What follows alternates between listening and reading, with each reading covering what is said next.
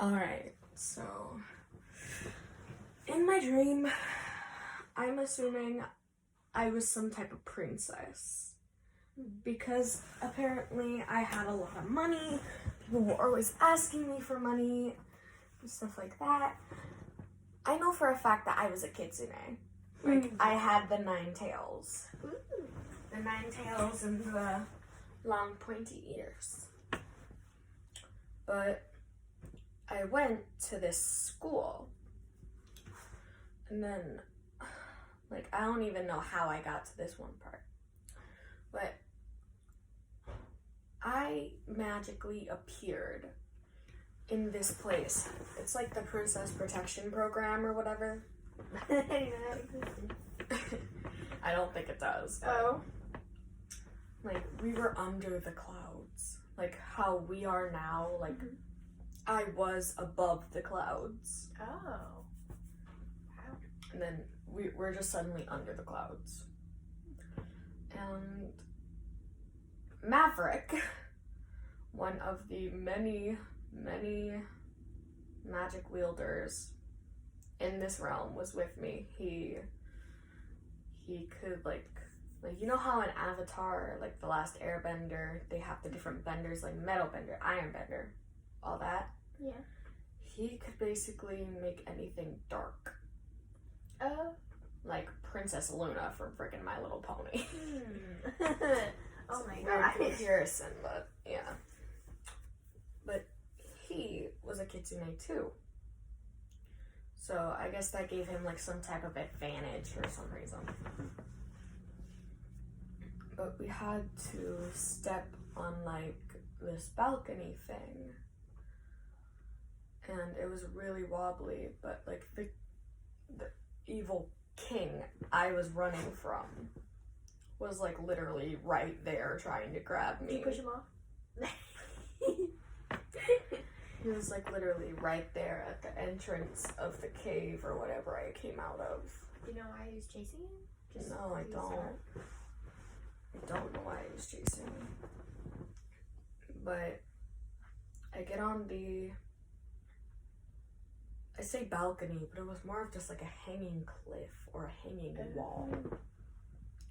So Maverick is left where the hanging wall wasn't. So we all swing to like this giant boat in the middle of the sky, but apparently humans and normal people could not see. Oh. This is a crazy dream. Maverick's there. He's there, and he's waiting for me. And according to Maverick in my dream, I had to keep a very low profile because him and I were one of the only kitsunes left. Two of the only 9-tailed fox left. And so that's probably why the guy was chasing you. maybe. But I have this theory in the back of my head, and I'll get to it later. But I have this theory of why he's chasing me. Why? I said I'll get to it later, when the most important part comes into the role. Okay. So like, you know how in movies they have the part where it, like, they show a little bit into the future, and then they go back all the way to the beginning? Yeah, I think that's like foreshadowing. No. Foreshadowing? Something else. I think that's how my dream was going. So it was like a little peek into the future, but then it catches up to get there. Yeah. Okay. So we get to the boat. Maverick's there. He comforts me because of what just happened. Like, I almost got kidnapped by this damn thing. Yeah. So I'm standing at the edge of the boat. He's like, "Princess, you shouldn't be standing there." I'm like, "Why?" He's like, "The giant bird legs may not go past the undercloud." Just listen, okay? Just listen. Okay, so like the guards of the upper world above the clouds. Jeez. They were like giant cranes. That's scary. It is. But like, instead of having normal crane faces, they were monsters. Oh my. Like, they had sharp teeth, they had fur running down their face. So demons. Yeah. Demons. Oh, we should go. My gosh. This is insane. I never had a dream like this. Basically, demons. And he said, Princess, the bird demons, their legs may not come down past the clouds, but there are still openings in the clouds where they can look down. So I look up and I see this giant fucking bird demon just staring down at me and growling. Oh my god. And then it like roars. It roars at the top of its lungs. I duck down. I get as low as I can to the bottom of the boat. And the Maverick like teasingly says this. Oh, princess, permission to come and comfort my princess. I'm like, excuse you? yes. There's a bird demon trying to kill us. And then this is where the deja vu happens, and I'm back at the class. I'm back at the classroom. What? So I'm there, okay? I'm in the classroom. We're having like some type of debate, like who has the most money or whatever. I'm just like, Me. Like, we're having a debate on like who should pay or who should be class president or something like that. And apparently I was running, so I had my hand up.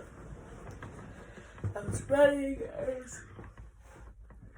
So he told all of us to go in his office while the rest of the class debated. And for some reason he tried locking the door. So I go out. I say I have to use the bathroom. He literally stares at me with his narrowed eyes. And I said, do you want me to piss in your office? Oh my god, that's so cute. And then I walk myself to the bathroom and he just like, piss in your I've office. been in your dream. That's exactly like you. Like, you stupid. What do you want me to do? Like, do you want me to piss in your office? I'll piss in your office. Oh my god. Alright. I walk myself to the bathroom. And there are like 2 other people there. But it wasn't a bathroom. It wasn't a bathroom like it was supposed to be. It was like an elevator. Ooh. An elevator that took you somewhere else. I don't like somewhere else. I don't like the idea of that. And when I walk out of the elevator, I'm at like this big mirage, like this big pool on the side, and there's volleyball on another side, and there's like a racetrack on one side, and like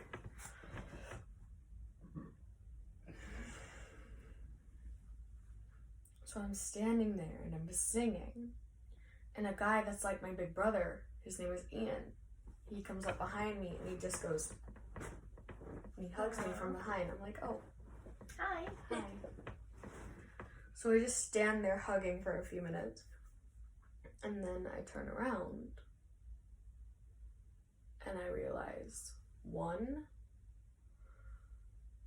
a kitsune version of Maverick is watching me with Ian, and the Dark King that I'm supposed to be running from is there. Oh, that's the tea. Oh my gosh. You must run. But we kept hugging and goofing around.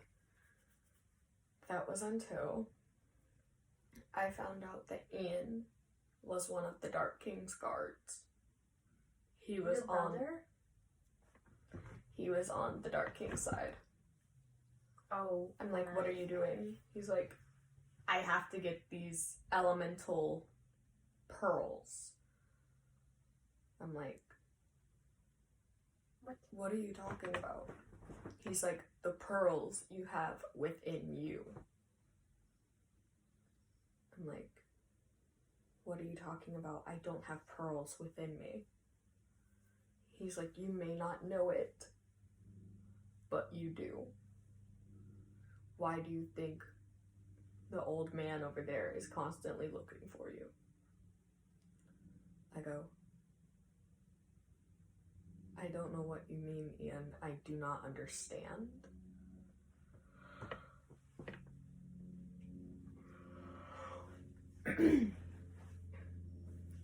So, he flung me into water, like the pool. Oh my Like, he flung me into the pool to show me what he was talking about. All of a sudden, out of my chest comes 3 pearls. One was dark blue, one was green, and one was red. Water, earth, fire. So I go scrambling trying to get them. I'm like, what are you doing? He's like, I'm showing you what you have inside of you. I'm like, what's your point? You didn't have to do that. He's like, yes, I did. But if you don't catch them before the Dark King does, he will be able to find you no matter where you are. So I quickly scrambled to get them together. But one of them gets hit by a truck or something, or a golf club. I don't remember what it gets hit by. Does it like explode? No. It gets hit by a golf club or something.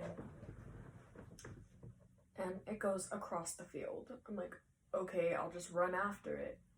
Ian and I both run after it. And we don't see it anywhere. That's when Ian notices this guy is playing with a Beyblade. What is that? What is The that? Beyblade is glowing green. This is where I get into them shifting. Okay. So we're arguing with the guy trying to get the earth Ball. pearl back. And I'm finally able to find it, but it's not in the form of a Beyblade. It's in the form of like a crushed up hand.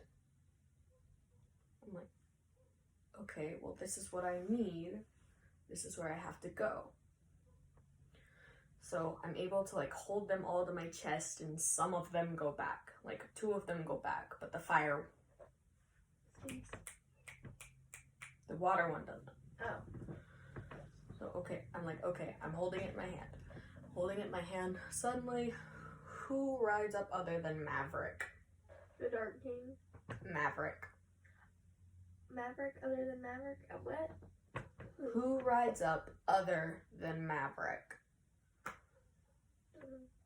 Maverick. Okay. Other It's a than... term of speech. Okay. Maverick drives up in like this nice black Camry. I'm just like, ah, that's my dream car. He's like, get the fuck in right now. And then he starts scolding me like, you were dancing with one of the Dark King's fucking henchmen. You, what the fuck were you doing? Blah, blah, blah, blah, blah. I'm like, he's my brother. And like, he's driving me back to the school dorms. And when we get there, the school dorms are on fire. Exactly where I was supposed to be if I stayed in that office. Thing. If I stayed in that office, that's where I was going to be. Holy shit. I'm just like, okay, we need to go. That Because clearly this guy is insane. what? We start driving off, and the fire spirit, he starts rolling down the hill. I'm like, okay, a dragon. All right, it's a dragon. Okay, and I don't remember what he looked like.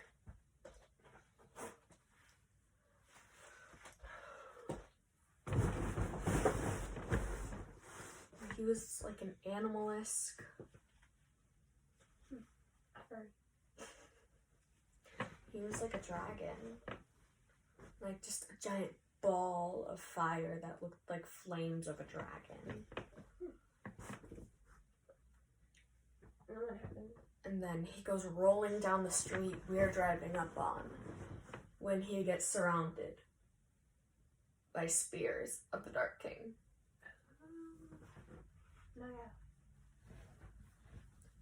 I don't know why I did this, but I had the urge, and it was stupid because I realized if the Dark King heard it, he could easily follow me. But I started singing outside of the window of the car while we were driving. So whoever was in the fire spirit could follow me and know where I was. Because I feel like at this point they're all just trying to protect me because I have the pearls. Yeah. Jeez. It was really interesting because as soon as I started singing and I was watching him struggle to get out of the spears, he was able to jump over them. And like these were really, really, really long spears. Like they went up. So he just went. He went up. These things went up probably like. So imagine this long of a spear, but bigger and wider, like 50 feet up into the air. Wow. He's able to jump over it and start following us. What the frick? And then the Dark King, which I said this was stupid, he heard me singing, trying to get the fire spirit to me. He sends something to make our car crash. That bitch. Our car flies into the air, and we're going towards the ocean at this point. When apparently there was a sand spirit, and she already had the pearl. Oh. The pearl that I was supposed to be protecting, apparently.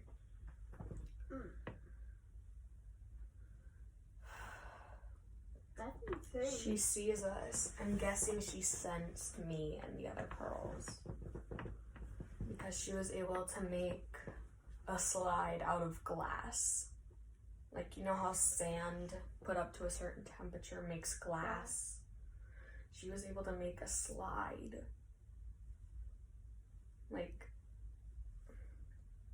you've seen those really swoopy, swirly slides. It was like water, but it was sand. Oh, so it's like the sand was floating. It was really cool. Oh my god. And then we switch perspective. We go to the water pearl. I had dropped it while the car was flying in the air.